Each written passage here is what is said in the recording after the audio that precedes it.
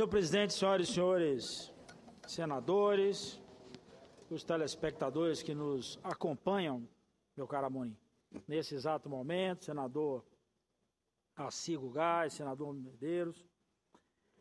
Na realidade, senhor presidente, eu acho que é importante a gente realçar aqui esse momento, que eu diria até bom para o Senado da República, na medida que apontamos um rumo para o enfrentamento dessa questão da reforma política.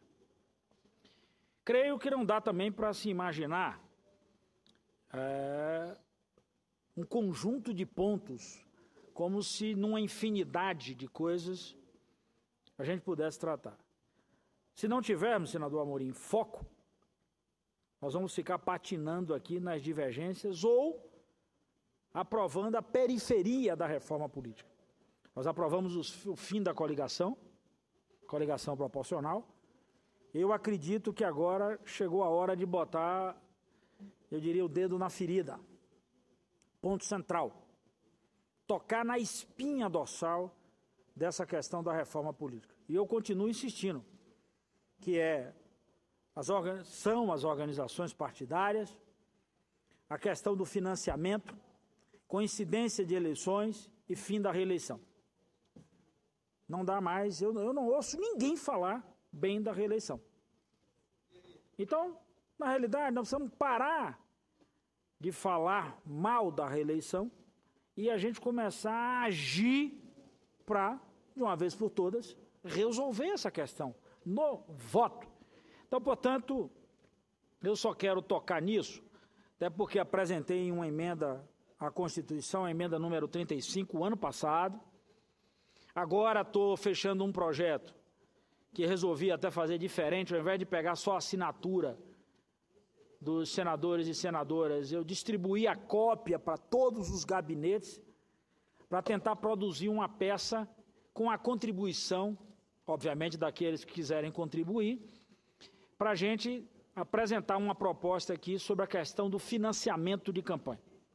A propósito disso, acho que nós temos uma polêmica em curso aí, que é a própria questão do fundo partidário, que já há um sentimento de todo mundo que, pela própria fala da presidenta Dilma, manifestações já de senadores, eu fiz essa manifestação aqui na tribuna ontem, vou reafirmar aqui hoje, a necessidade de promover o contingenciamento, já que fomos informados que não há possibilidade do veto, por conta das incongruências. Então, portanto, pode-se contingenciar, que é a questão do aumento do fundo partidário. Mas eu quero tocar nessa questão do financiamento com a contribuição de todos os senadores, para a gente definir um modelo rigoroso, com financiamento de pessoa física, banir completamente toda e qualquer possibilidade de financiamento de CNPJ, portanto, de empresas, seja lá de que caráter for.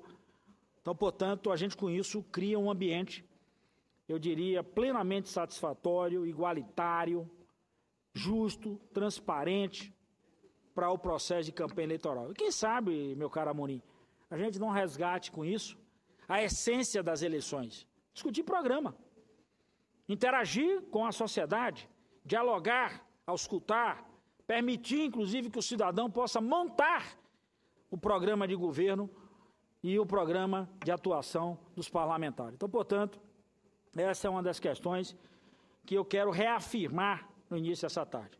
Mas, senador Amorim, o que me traz à tribuna hoje à tarde é até uma matéria que eu gostaria de ter feito bem antes, ali no início de março. Eu, esse ano, como faço em todos os anos, eu participei do congresso que nós batizamos de tecnologia móvel, na sua edição, que desde 2006 acontece na cidade de Barcelona. Eu que tive a oportunidade de participar desses eventos, ainda enquanto profissional do sistema Telebrás, os grandes encontros do chamado WorldCon de Genebra, ou os próprios eventos pelo mundo afora. Esse último evento de Barcelona, nós tínhamos 92 mil inscritos. Não é uma feira. Agora, até em abril, vai ter uma feira aí em Las Vegas. Eu não gosto muito de ir à feira, Porque feira você vai para ver novidades, se o telefone ficou curvo, se a tela plana da TV agora é assim ou é assado. Eu prefiro discutir soluções. Tá? As coisas que têm consequência. E esse congresso de Barcelona, dos que eu participei, esse foi o melhor ao longo de toda uma história. Que efetivamente nós avançamos na perspectiva de como resolver a questão do atendimento à população no mundo inteiro. Eu, inclusive, fui palestrante em uma das mesas do chamado Fórum Latino-América e chamei o chamado Congresso Mundial de Tecnologia Móvel para o desafio, e é essa palestra que vou fazer no Rio de Janeiro em 13 de maio, que eu estou provocando a Associação Mundial do GSMA para o debate sobre essa questão.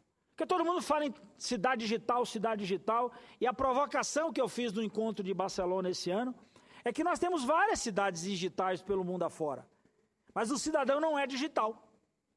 A cidade vira digital, mas digital para quem? Para meia dúzia? Para os que podem pagar?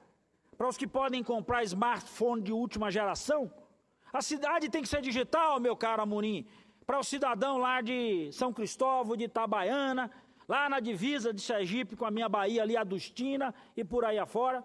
Ou como eu disse lá em Barcelona, na minha Xorrojó, lá no estado da Bahia, ali na beira do São Francisco, que tem água, mas o povo ainda padece e carece de muita coisa. Aproximar as pessoas, levar o advento de tecnologia para a vida das pessoas é levar serviço. Então, ao invés de Smart City, que é o grande tema que o mundo inteiro discute, eu provoquei o Congresso de Barcelona para a gente ir para o Smart People, ou seja, para discutir as pessoas. Como é que eu levo o serviço para o cidadão? Como é que eu resolvo o problema da energia, da água, do gás, do acesso ao médico, da telemedicina, do acesso à educação, dos serviços de trânsito, dos serviços de um modo geral de uma cidade? A cidade de Barcelona, senador Amorim, é a cidade do mundo mais fibrada, ou seja, tem fibra para tudo quanto é lado. Mas eu não posso ainda batizar ou cunhar que Barcelona é excelência em cidade digital. Porque nem todo cidadão ainda é digital em Barcelona. Olha que eu estou falando de Barcelona. Volto a repetir, é a cidade mais fibrada do mundo. Mas não é a cidade que o cidadão é digital plenamente. Em Barcelona você tem coisas sofisticadíssimas. Por exemplo, a coleta de lixo da rua, há um processo em teste, que agora, usando tecnologia móvel, o caminhão passa na medida que a informação chega demonstrando que os vasilhames estão cheios. Ele não passa lá se estiver vazio ou se estiver cheio. Ele passa só no momento em que é sinalizado. Alguém pode dizer, isso é bobagem? Não. Isso é planejamento de uma cidade. O cidadão em Barcelona pode tranquilamente ir ao médico, fazer a sua consulta presencial e em casa receber os seus resultados, os seus exames. O cidadão que está de um ponto distante, ou nas chamadas cercanias de Barcelona, ele pode usar uma máquina, um tomógrafo, uma máquina dessa de imagem, e um centro de imagem, que aliás nós estamos fazendo isso na Bahia, acabamos de fechar uma PPP, essa central de laudos, com técnicos avançados, e essa central pode avaliar um exame feito à distância. Já imaginou, senador Amorim, a gente disponibilizar para o cidadão do ponto mais longínquo de Sergipe, o mesmo médico que o cidadão que pode pagar em Aracaju tem acesso? Sem ele sair da cidade dele? Já imaginou o que é disponibilizar, por exemplo, que uma pessoa que faz diálise, senador Amorim, não tem que pegar um carro e ir para Aracaju, ou sair de Barreiras, ou sair de Xique-Xique na Bahia, e andar 1.000 ou 600 quilômetros para se submeter a uma diálise, porque lá é que está o nefrologista. Portanto, ele pode fazer a diálise na sua cidade, e o nefrologista à distância acompanha. Eu não tenho um nefrologista em cada cidade, mesmo com mais médicos, até porque o mais médicos não conseguiu contratar nefrologistas. As universidades não formam nefrologista na quantidade do que nós precisamos. Que, aliás, esse é um ponto, senador Amorim, que nós precisamos resolver, ficou na pendência.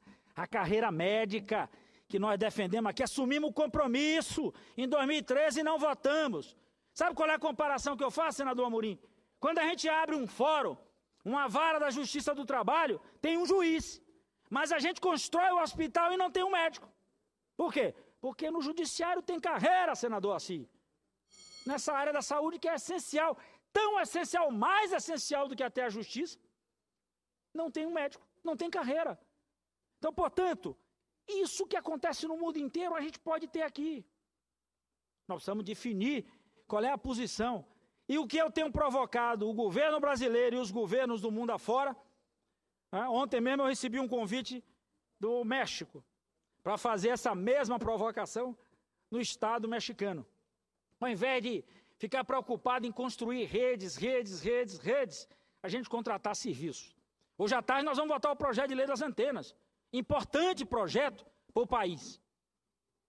Para permitir que a gente faça a expansão da nossa cobertura de tecnologia móvel.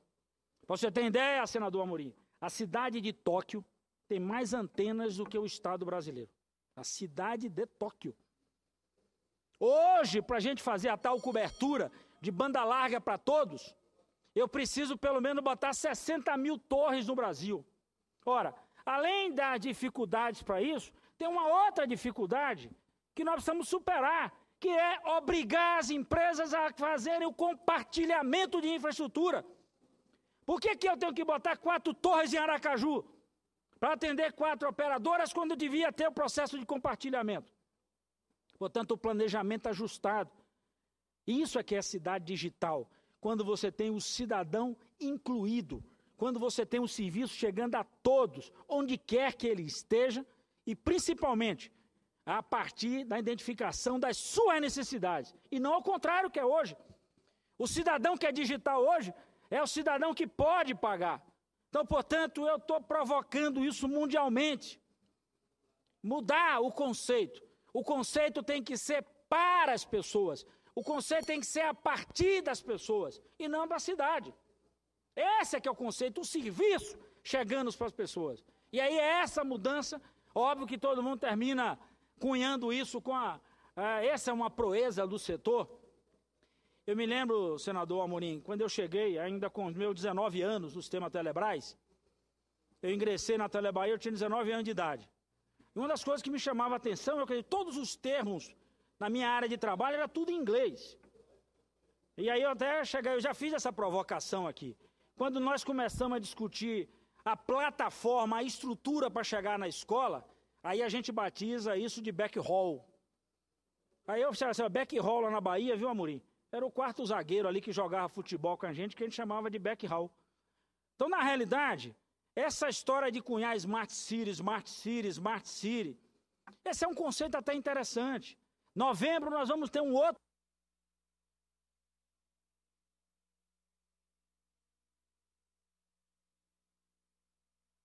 Participou em novembro passado do Smart City, eu não pude ir por problema de saúde. Em novembro desse ano nós teremos de novo, através do Softex. Mas eu quero chamar a atenção, e é isso que eu tenho provocado, o Softex, os organismos, e tenho tentado fazer essa provocação ao governo. O banda larga para todos do nosso governo tem que mudar o conceito da instalação para serviço. Não adianta levar banda larga e não levar conteúdo. Por outro lado, se eu só dizer que tem só conteúdo, eu não vou chegar porque não tem banda larga para que esse conteúdo transite. Então, portanto, nós temos que mudar esse conceito, pensar nas pessoas, aplicar os serviços, tratar isso como prioridade para cobertura em todo o país e, ao mesmo tempo, permitir que a gente leve serviços a preços acessíveis a todos os cidadãos e cidadãs, onde quer que elas vivam em nosso grande Brasil. Era isso, senador Amorim. Muito obrigado.